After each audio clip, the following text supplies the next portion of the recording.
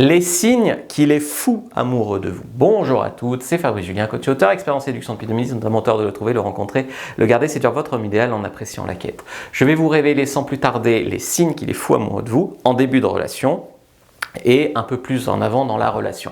Juste avant, vous pouvez prendre votre fiche complètement gratuite, premier lien dans la description de la vidéo, lien en commentaire épinglé sur les signes qu'un homme tombe amoureux. Donc prenez-la, elle est gratuite. Alors bien sûr, il y a des spécificités, parce qu'on n'a pas tous la même façon d'aimer, on n'a pas tous les mêmes langages de l'amour. Il y a des mecs, ils te diront jamais je t'aime ou presque jamais, par contre ils sont toujours là pour toi, pour te rendre des services, etc., pour te faire des petits cadeaux. Donc on a tous un langage de l'amour différent. Maintenant, qu'est-ce qu'il y a, on va dire, sur le tronc commun ? Au début de la relation, la première chose, c'est qu'il va répondre à vos messages avec enthousiasme. Tu vois, il ne va pas falloir lui tirer les verres du nez, ça ne va pas être des réponses froides, etc.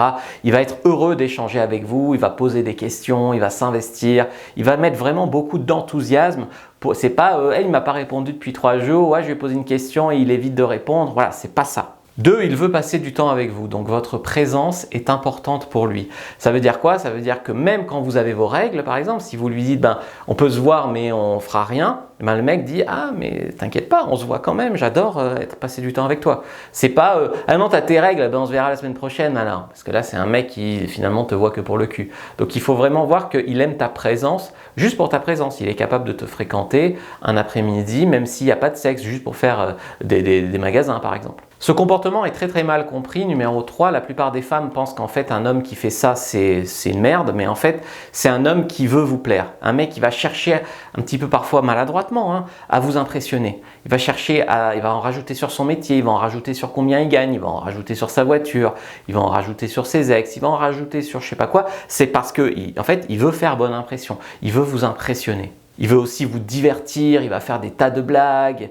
il va essayer de se montrer en fait sous un meilleur jour que ce qu'il est vraiment. Alors effectivement, peut-être que si vous entrez en relation avec lui, ce que vous allez découvrir, vous allez être déçu, ou alors peut-être que vous allez mettre fin à la relation avec lui parce que vous n'aimez pas les vantards, mais beaucoup d'hommes font ça pour essayer de vous plaire en fait. Vous allez voir, il va vouloir tout gérer, il va vouloir montrer qu'il est un bonhomme, etc. Donc des fois c'est gênant parce que les femmes se disent ouais mais c'est un macho ou ouais mais non mais c'est un mec, il me laisse pas droit à la parole, tu sais, t'arrives au restaurant, il dit madame va prendre machin. Bien sûr que c'est un comportement de connard parce que tu as le droit de choisir ce que tu vas prendre. Mais des fois les mecs font ça dans l'espoir de montrer combien ils sont forts et virils et combien ils vont vous séduire. Bref, donc il va se vanter, en tout cas il va essayer de vous impressionner. 4, celui-là aussi est très mal compris, c'est un homme qui est nerveux en votre présence, qui se met la pression. Par exemple, des fois, il y a des hommes qui arrivent au rendez-vous avec une femme et puis qui ont du mal à parler. Ils respirent très vite ou alors « Salut !» Tu vois la voix qui part un peu dans les aigus, tout ça. Et beaucoup de femmes disent « Mais c'est quoi ce faible? Je sais pas pourquoi il est pas normal, il est bizarre, machin. » En fait, c'est juste un mec qui met beaucoup d'enjeux en fait sur votre rendez-vous, qui a du mal à être normal dans la conversation avec vous parce que vous lui plaisez énormément ou alors parce qu'il rencontre très peu de femmes dans sa vie et que vous êtes sa seule chance. Mais dans tous les cas, le fait qu'il soit excessivement nerveux en votre présence n'est pas forcément signe que c'est un dérangé mental. Ça peut être signe aussi qu'il met beaucoup d'enjeux sur vous. Tu vois, il se met la pression. 5, il vous complimente. Alors là, un homme, des fois, il va complimenter « t'as de beaux yeux ». Bien sûr que c'est un compliment archi nul et archi générique, mais des fois, les femmes le prennent mal. « Non, mais je suis pas juste un objet, machin ». Bon, effectivement, des fois, ça tourne mal quand un mec complimente une femme sur le physique.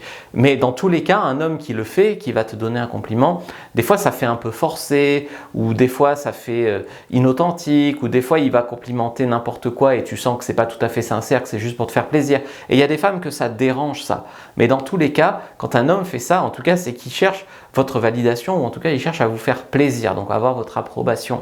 Et donc, quand il fait ça, généralement, c'est que vous lui plaisez. Donc, des fois, il y a des femmes qui rentrent en confrontation parce que, soi-disant, le compliment n'est pas assez bien ou parce qu'il n'a pas l'air de le penser, etc. Alors que le mec, il voulait juste vous faire plaisir. 6, alors là, c'est un homme qui va toujours vouloir vous protéger. Il va toujours vouloir prendre votre parti en fait. Par exemple, si vous entrez en confrontation avec un serveur parce que non mais j'ai pas commandé ça, mais si vous avez commandé ça, machin, il va prendre ton parti, il va pas dire arrête, mange ton plat, tu vas nous taper la honte, tu vois.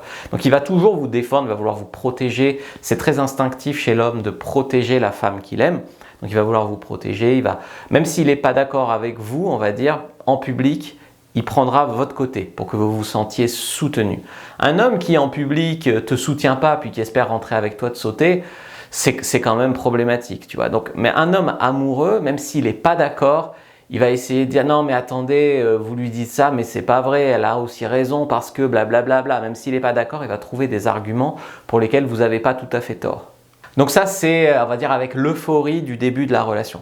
Puis quand la relation avance, quand par exemple ça fait 3 à 6 mois que vous commencez à vous fréquenter, les habitudes s'installent, les efforts, en tout cas les masques qu'on peut porter tombent, parce qu'au début, je sais pas, quand on est à son premier rendez-vous, même vous voulez faire bonne impression. Vous n'êtes peut-être pas la même quand vous êtes au premier ou au deuxième rendez-vous avec un homme qui vous plaît, qu'au bout de 6 mois quand vous êtes installé en couple. Vous voyez, on se détend un peu. Et quand on se détend, ce qui se passe, c'est qu'on montre la vraie version de nous-mêmes. Et la vraie version de nous-mêmes, elle n'est pas forcément la même que celle qu'on montrait au début de la relation pour faire bonne impression. Et c'est là que des fois, les femmes ne comprennent pas. Elles disent, au début, il était génial, et puis maintenant que ça fait 6 mois, la relation, ça va pas. Oui, en fait, c'est au début que c'était anormal, on va dire. C'est au début que c'était pas le vrai lui, et c'est au bout de quelques mois que tu vois le vrai lui. Donc il faut pas dire, il faut que ça redevienne comme au début. Si au bout de 6 mois, t'es pas bien avec lui, c'est avec le vrai lui que tu es pas bien. Donc numéro 7, dans une relation, il accepte de faire des choses avec vous qu'il n'a jamais faites avant.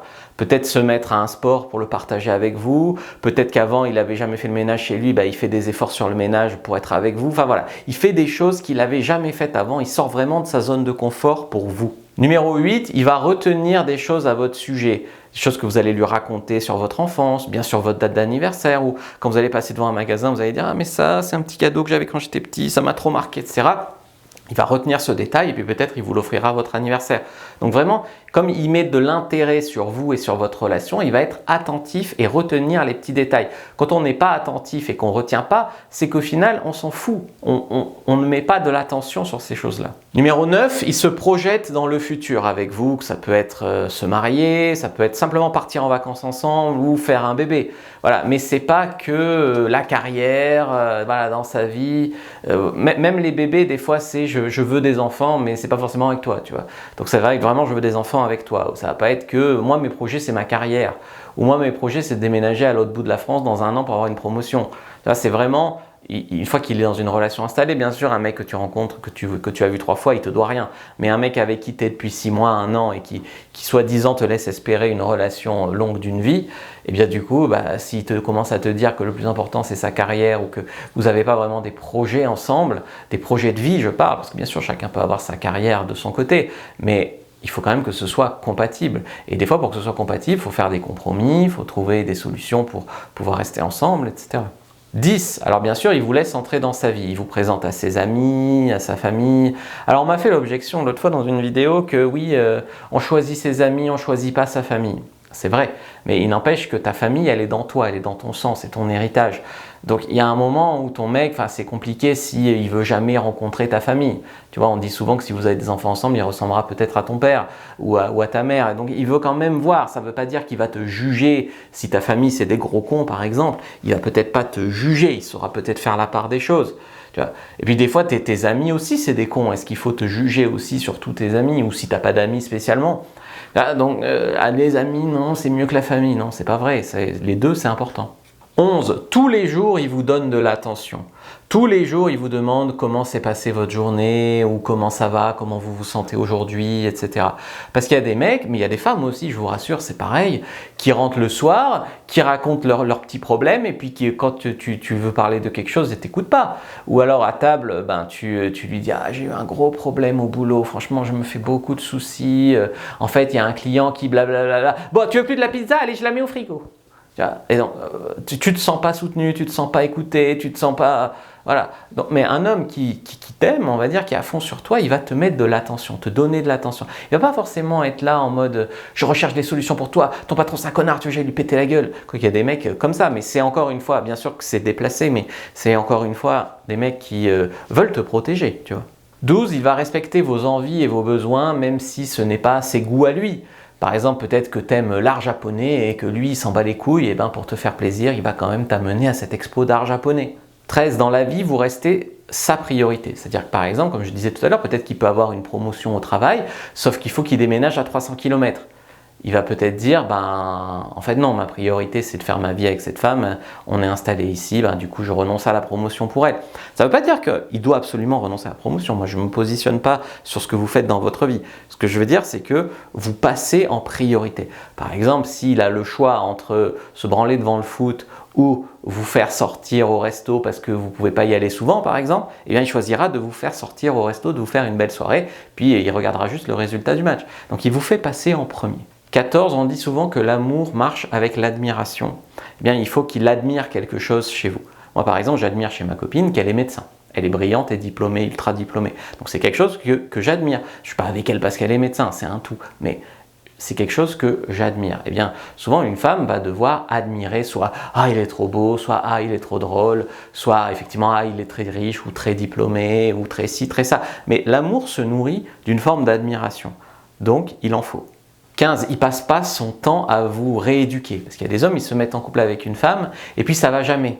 Ça va jamais. Quand elle marche avec des talons, elle fait trop de bruit. Quand elle mange, elle fait trop de bruit. Elle met ses coudes sur la table. Dans la rue, elle se tient mal. Machin. Mais tu te demandes au bout d'un moment pourquoi il est avec elle. Voilà. Donc, il est tout le temps là à lui dire que ça va pas, à la plomber en fait. Et la fille se rend pas compte que quand elle est avec lui, en fait, son estime d'elle-même diminue. Parce qu'en fait, c'est ce qu'on appelle prendre une emprise, il te diminue ton estime de toi en te disant que tu n'es jamais assez bien, sous-entendu tu ne retrouveras jamais aussi bien que moi, donc la fille, au lieu de se dire « t'es un connard, parle-moi mieux », elle dit « ah non c'est vrai que, non mais en fait j'ai déjà de la chance de l'avoir », et elle tombe sous emprise, tu vois. Donc il faut que le mec, en fait, il passe pas son temps à vous dire que vous n'êtes pas assez bien, au contraire, il vous encourage, il vous soutient. Si par exemple, effectivement, tu te tiens mal comme beaucoup de gens dans la génération, il va te dire, écoute, viens, on va faire des tractions, ou viens, on va faire il essaye de trouver, de vous aider, quoi. C'est pas juste des reproches. 16. Dans la vie, il essaye de vous élever. Des fois, souvent, quand on se met en couple, on a l'impression que c'est bon. Des fois, ça arrive même quand on a eu le premier bébé. C'est bon, ma vie est faite, j'ai fait le bébé, c'est bon, c'est fini. Les femmes se disent ça. Les hommes, c'est bon, j'ai trouvé une copine, c'est bon, je l'ai épousée, c'est bon, c'est fait, c'est bon.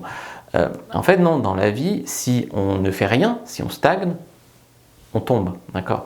Donc ce qu'il faut faire vraiment, c'est essayer de s'élever. Par exemple, lui, il va te dire peut-être que toi, je vais t'encourager à faire plus de sport, et puis toi, tu vas l'encourager lui à être un peu plus bosseur peut-être pour sa carrière, enfin j'en sais rien. Vous allez chacun vous tirer vers le haut, ou tu vas lui apprendre un art que tu maîtrises. Enfin, vous allez chacun vous apprendre des trucs et vous tirer vers le haut. Et le mec, en fait, est là pour te soutenir et pour t'encourager et pour t'aider à être une meilleure personne. Et du coup, il veut rester au niveau pour toi. Parce qu'il y a des mecs, par exemple, qui sont avec une fille, et puis dès que la fille, je sais pas, par exemple, c'est le cas avec les entrepreneuses de business en ligne, il y en a une qui m'a dit, en fait, que elle a lancé son business en ligne, et puis son mec était, je crois, infirmier, ou je sais plus, enfin, un métier tout à fait normal. Et du coup, elle s'est mise à gagner des sommes à 5 chiffres. Et lui, il gagnait 2 000 à 3 000 euros en tant qu'infirmier, ou 4 000, je sais pas. Et du coup, en fait, il y a eu un énorme décalage tout à coup de style de vie. Le mec l'a pas supporté. Le mec, au lieu de se dire, je vais essayer soit d'être content pour elle, soit de moi aussi de faire quelque chose et d'augmenter mon niveau de vie, il s'est dit non, je la quitte. Je peux pas supporter, je la quitte. Tu vois. Donc ça, c'est important aussi. Et puis bien sûr, le signe numéro 17 qu'un homme est amoureux de vous, c'est qu'il y a quelque chose qui se passe dans vos vies, c'est que vous vous synchronisez. J'ai écrit dans le guide du couple heureux que quand tu es en fait en couple, il se passe des fois un truc, c'est assez commun, mais il faut l'éviter, c'est que les entités n'existent plus. Il n'y a plus Natacha et Patrick, il y a le couple. On n'invite plus que le couple. On ne dit pas tu vas comment, on dit vous allez comment. Voilà, tu vois, il y a une entité couple. Il n'y a plus 2 personnes, ça il faut l'éviter, il faut rester 2 personnes séparées, puis avoir le couple qui est une 3e entité. Et bien voilà, donc ça il faut l'éviter.